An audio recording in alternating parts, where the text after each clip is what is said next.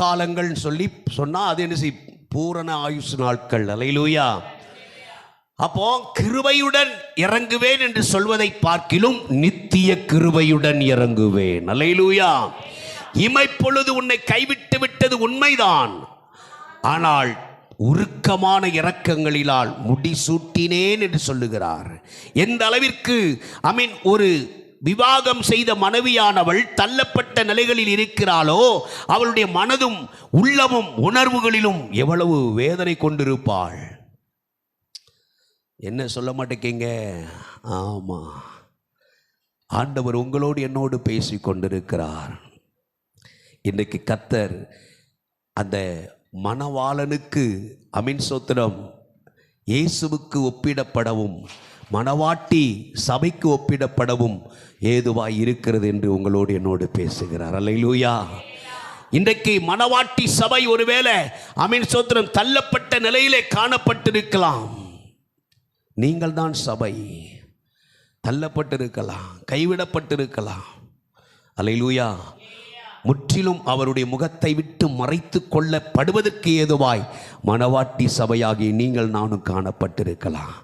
உங்களை என்னையும் கர்த்தர் பார்த்து சொல்கிறார், இமைப்பொழுது நான் கைவிட்டு விட்டேன், ஆனாலும் உருக்கமான இரக்கங்களினால் உன்னை முடிசூட்டினேன். பிரியமான தேவனுடைய பிள்ளைகளே, கைவிடப்பட்டு மனம் நொந்து தானே ஸ்திரியை போலவும் இளம்பிராயத்தில் விவாகம் செய்த தள்ளப்பட்ட மனைவியைப் போலும் இருக்கிற உங்களை என்னையும் பார்த்தவர் சொல்லுகிறார். அங்கே வாசித்தோம் 8வது வசனம், அற்பகாலம் முண்டு கோபத்தினால் என் முகத்தை என்ன செய்தேன், இமைப்பொழுது உனக்கு மறைத்தேன், ஆனாலும் நித்திய கிருபையுடன் உனக்கு இறங்குவேன். அல்லேலூயா. நித்திய கிருபையுடன் உனக்கு இறங்குவேன். இன்றைக்கு நீங்களும் நானும் நம்முடைய வாழ்க்கையிலே எப்படி வாழ்ந்து கொண்டிருக்கிறோம்? அப்படியே நாம் எழுந்து நிற்கலாமா? நித்திய கிருபையுடன் உங்களுக்காக இறங்குகிறவர். அல்லேலூயா. நித்திய கிருபையாக உங்களுக்கு இறங்குகிற கர்த்தர் உங்களை பார்த்து என்னை பார்த்து சொல்லுகிறார். ஒரு விஷயம், எல்லாரும் அப்படி எழுந்து நிற்கலாம். தேவனுடைய வார்த்தை உங்களுக்கு நேராக எனக்கு நேராக வந்து கொண்டிருக்கிறது. நித்திய கிருபை. பிரியமானதுடைய பிள்ளைகளே, ஆண்டவராகிய இயேசு கிறிஸ்து சொல்லுகிறார், நித்திய கிருபையுடன் உனக்காக நான் இறங்குகிறவர். ஆகினாலே அப்படி உனக்காக நான் இறங்குகிற நான் எப்படி என்னுடைய சமாதானத்தை உன்னை விட்டு நான் எடுத்துக்கொள்ளுவேன்?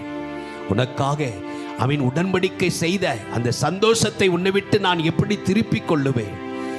2 கரங்களை முடிந்தவர்கள் அல்லது ஒரு கரங்களையாவது உயர்த்தி ஆண்டவர் உங்களோடு என்னோடு பார்த்து கொண்டிருக்கிறார், பேசி கொண்டிருக்கிறார். உங்களுடைய முகத்தை பார்க்கிறார், உங்களுடைய உள்ளத்தை பார்க்கிறார், உங்களுடைய சரீரத்தினுடைய உணர்வுகளை பார்க்கிறார். என் பிள்ளைங்க சமாதானத்தை தேடி நாடி ஓடி வந்திருக்கிறாங்க.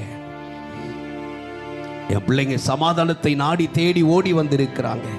என் பிள்ளைங்களுக்கு உடன்படிக்கை செய்த அந்த சமாதானத்தை இன்றைக்கு நான் கொடுத்து அனுப்ப வேண்டும் என்று அவர் விருப்பம் கொண்டிருக்கிறார். 2 கரங்களையும் முடிந்தவர்கள் உயர்த்தி ஆண்டவர் சமூகத்தில் ஆண்டவரே, அந்த தெய்வீக சந்தோஷத்தையும் சமாதானத்தையும் எனக்கு தருவீராக, எனக்குள் அருளுவீராக. மலைகள் விலகினாலும் பர்வதங்கள் நிலை பெயர்ந்தாலும் என் கிருபை உன்னை விட்டு விலகாமலும் என் சமாதானத்தின் உடன்படிக்கை நிலை பெயராமல் இருக்கும் என்று உன்மேல் மனதுருகுகிற கர்த்தர் சொல்லுகிறார். உங்க மேல மனதுருக்கம் உள்ளவர் சொல்லுகிறார். நிச்சயமாய் உங்களுக்காக இறங்குகிறவர், மனதுருகுகிறவர். சோத்திரம். அவர் உங்களுக்கு சமாதானத்தை கொடுத்து அனுப்ப வல்லவராயிருக்கிறார். பிரியமானவருடைய பிள்ளைகளை, தேவ சன்னிதானத்தில் ஆண்டவரே அந்த சமாதானத்தை எனக்கு தாரும் என்று கேட்போம். வேதம் சொல்லுகிறது, இந்த சமாதானம் உங்களை விட்டு எப்படி நீக்கப்பட்டது, எப்படி உங்களை விட்டு எடுத்துக்கொள்ளப்பட்டது. வேத வசனத்தில் ஒரு 3 வசனத்தை நான் வாசித்து ஜெபிக்க போகிறேன். 15, 16, 17. இதோ உனக்கு விரோதமாய் கூட்டம் கூடினால் அது என்னால் கூடுகிற கூட்டம் அல்ல. எவர்கள் உனக்கு விரோதமாய் கூடுகிறார்களோ அவர்கள் உன் பட்சத்தில் இருப்பார்கள் என்று எழுதப்பட்டிருக்கிறது. எவர்கள் உனக்கு விரோதமாய் கூட்டம் கூடுகிறார்களோ அவர்கள் உன் பட்சத்தில் இருப்பார்கள். அல்லேலூயா. ஏன் அவர்கள் உங்களுக்கு விரோதமாய் கூட்டம் கூடினார்கள்? உங்க சந்தோஷத்தையும் உங்க சமாதானத்தையும் உங்க அமைதியையும் கெடுத்து போடும்படி அல்லது எடுத்து போடும்படி வேதம் சொல்லுகிறது. இதோ கரி நெருப்பை ஊதி தன் கிரியைகளுக்கான ஆயுதத்தை உண்டு பண்ணுகிற கொல்லனையும் நான் சிருஷ்டித்தேன், கெடுத்து நிக்கிரகமாக்குகிறவனையும் நான் சிருஷ்டித்தேன்.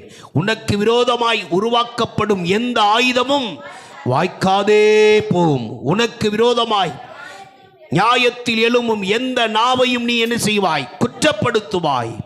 இது கர்த்தருடைய ஊழியக்காரரின் சுதந்திரமும் என்னால் உண்டான அவருடைய நீதியுமாயிருக்கிறது என்று கர்த்தர் சொல்லுகிறார். அல்லேலூயா.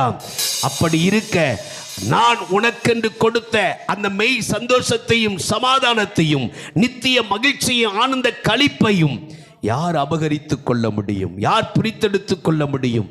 யார் அகற்றி போட முடியும்? ஆண்டவர் கேட்கிறாரு. ஆகினால் அவர் உங்களுக்கு கொடுத்த அந்த உடன்படிக்கை செய்து கொடுத்த அந்த சந்தோஷத்தையும் சமாதானத்தையும் நித்திய மகிழ்ச்சியும் எவராலும் எடுத்துக்கொள்ள, தட்டி பறித்து கொள்ள அவர் அனுமதி கொடுக்கவே மாட்டார். எல்லாரும் அப்படி கரங்களை உயர்த்தி அல்லேலூயா, பிரைஸ் தி லார்ட். நீ தேடும் நிம்மதி இயேசு தருகிறார்.